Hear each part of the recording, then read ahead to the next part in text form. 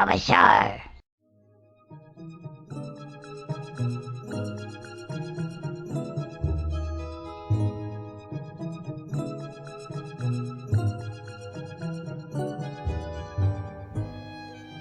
Ghosts. Maybe you believe in them, maybe you don't. What if I told you there are ghosts inside the Pokémon games? Now, I'm not talking about ghost Pokémon like Lastly or Gengar. I'm talking about real ghosts.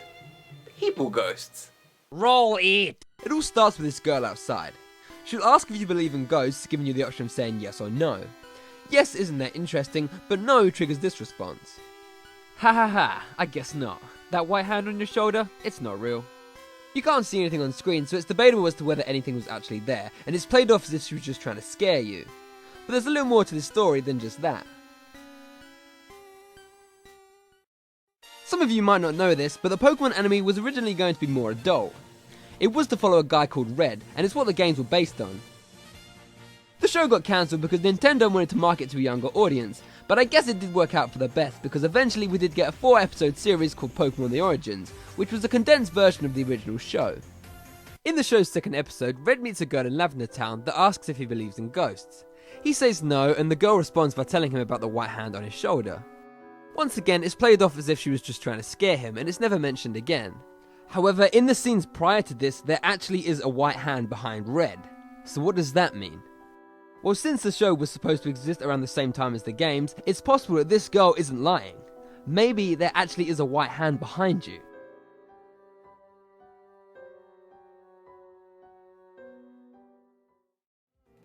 The next ghosts appear in Pokemon Diamond and Pearl.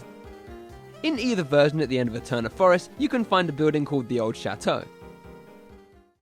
It's quite a small building with only 4 main rooms, so let's start with the first. As you can see, it's just an empty dining room, and there's no way in or out except the way you just came. But sometimes when you come in here, a butler can be seen sitting at the table. He leaves as soon as you enter, but he doesn't walk. He floats. If you chase him, you'll just be led to a dead end where the butler seems to vanish, and thus we found our first ghost. The rooms to the left and right of the chateau are devoid of anything but books, so that leaves only one more door to go into. It leads to a long corridor with a few smaller rooms, but there's nothing of any real interest except this TV, which seems to stare at you. As you can see, the last room is empty, but if you go into the room next to it, there's a small chance of a girl appearing. Just like the butler, she runs away, and for some reason when she does, this painting's eyes begin to glow red.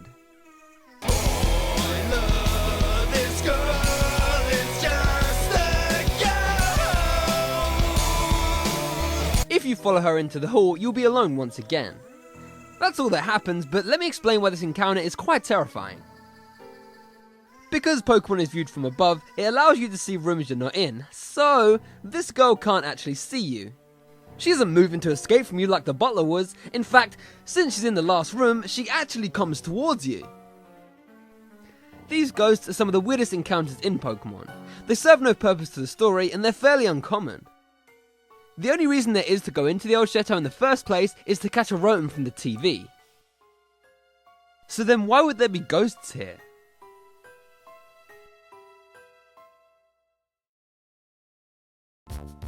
In the same game on the snowy Route 217, there's another ghost. But this ghost doesn't seem to get talked about a whole lot, probably because it's debatable as to whether it is a ghost at all. But you be the judge. So near the end of the route, there's a small cabin with a woman inside. She seems surprised at your visit and notes that another human is a rare sight, but there's a girl literally a few steps away from her cabin. She'll then give you the item spell tag, and naturally you just leave at this point as she has nothing more to say.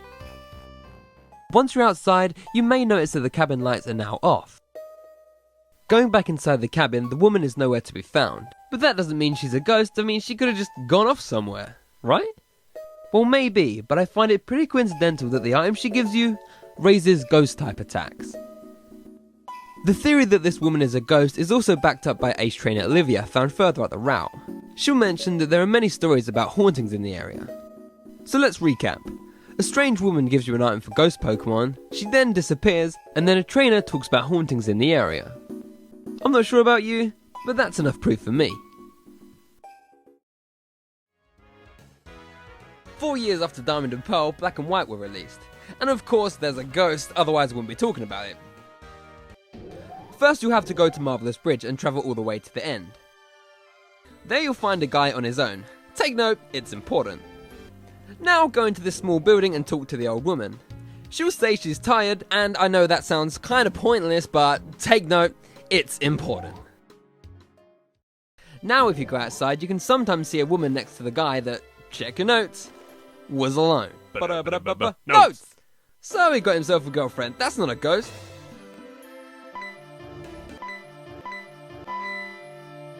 The first time I saw this I was a little confused, but by accident I noticed that the old lady's dialogue had changed. She speaks about a girl who used to play on the bridge with her Abra, so that was just her teleporting, right? Not a ghost? Well, that's what you're led to believe. But then Black and White 2 came out. At the foot of Reversal Mountain is the strange house. Inside you'll find that objects will move around on their own, and if that wasn't spooky enough, a girl will appear right in front of you. Yep, that same girl from the bridge. She vanishes here, but if you find the Lunar Wing in one of the rooms, she appears once more. This time, she'll ask you to take the Lunar Wing back to the Pokémon that gave it to her, and this is where things get quite dark. If you take the Lunar Wing back to Marvelous Bridge, you'll be able to fight a wild Cresella. But why did the Ghost Girl need Cresella's Lunar Wing in the first place? Well, the ghost mentions that she's stuck in a dark dream. Cresella causes joyful dreams, and Darkrai causes nightmares. This suggests that the Ghost Girl was in fact killed by a Darkrai. The Lunar Wing, which is one of the only things that can stop nightmares, was probably used to try and save her. But as we all know, it was already too late. And now we've come to the last game.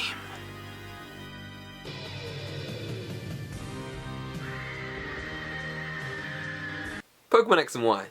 It all starts in Lemoyne City at the fighting dojo. Inside there's a few trainers to talk to. My launches attack. Don't care! Oh, do you know him? Don't care! I wanna. Don't care. They're not that interesting. But taking the elevator to the second floor will activate something pretty strange. As soon as you step out the elevator, the lights begin flickering and the music cuts out. Then out of nowhere, this girl appears right behind you. Before disappearing, she utters one single line. No, you are not the one. Pretty weird, right? As usual, if you follow her into the room, she's nowhere to be found. But if you look around long enough in Hotel Rishimi, you'll be able to find her standing alone in the room on the 4th floor. When you approach her, the music cuts out yet again, and she'll tell you to go away because she won't be able to hear the elevator. To make things even creepier, if you go to Lemoyne's train station and look behind the timetable, you can find a note that reads, "I'm going to go for help. Wait in the usual place." Could the usual place be the 2nd floor of this building? If so, what would happen if I were the one? Who is she waiting for? Currently, she has no purpose, but a lot of people speculate her to be tied to an as of now unreleased event. That, or she could be waiting for a random trainer ID so that she can give them Hooper, the currently unreleased Ghost Psychic Pokemon. It's unlikely, but who knows? Maybe she's waiting for you. Hashtag run to 3DS!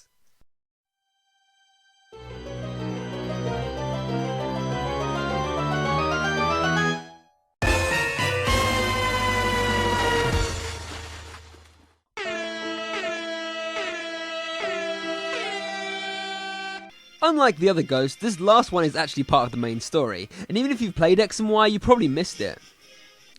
Leading up to Route 14, people keep talking about a scary, spooky house, so I'm pretty excited to see this place. And then my friends are like, Should we go and see if the ghost stories are true? let me think, Yes, God, yes to the spooky house. Let's go now to the spooky house. Out of my way, trainers! You're not a spooky house. Water won't stop me! Go into the spooky house. Seriously, I run this whole entire thing. I just want to get to the spooky house as fast as I can. And when I do, I find out that, it's just the shed. Going inside the shed starts a cutscene where you're told a story by an elderly man. But you view the whole thing from someone else's point of view. This someone floats. Ghost. In the old man's story, he goes into a house seeking refuge from a storm. The lights in the house wouldn't turn on, but as he opened the fridge door, he saw another man huddled in the corner of the room that seemed pretty spooked. Why? Well, it turns out that behind the old man was a horde of faceless men. You never actually see any faceless men in the game, but in Japanese folklore there are ghosts without faces called an Apirabo. so chances are this floating ghost might be one. But if we're to believe this story is true without any proof of faceless men, then maybe the old man was attacked by a Zygarde. It might be hard to believe, but notice that the man says a horde of faceless men. Not only was a horde something this game introduced, but it's a battle where you can fight 5 Pokemon at once. Now if you look at Zygarde, you can see 5 prominent back spikes, which in a dark room might be misconstrued as faceless men. Once he's done telling his story, he'll ask for a tip, or you might see something scary. Yeah right, screw you, your story sucked! And he's a liar anyway, it doesn't make a difference if you tip him or not. Nothing will ever happen to you because of this. So there.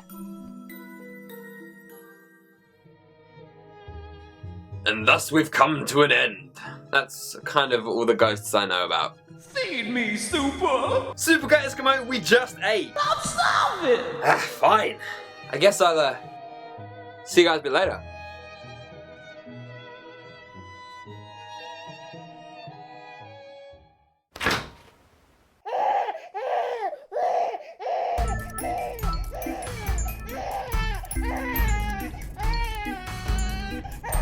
Maybe you'll tip me next time, bastard.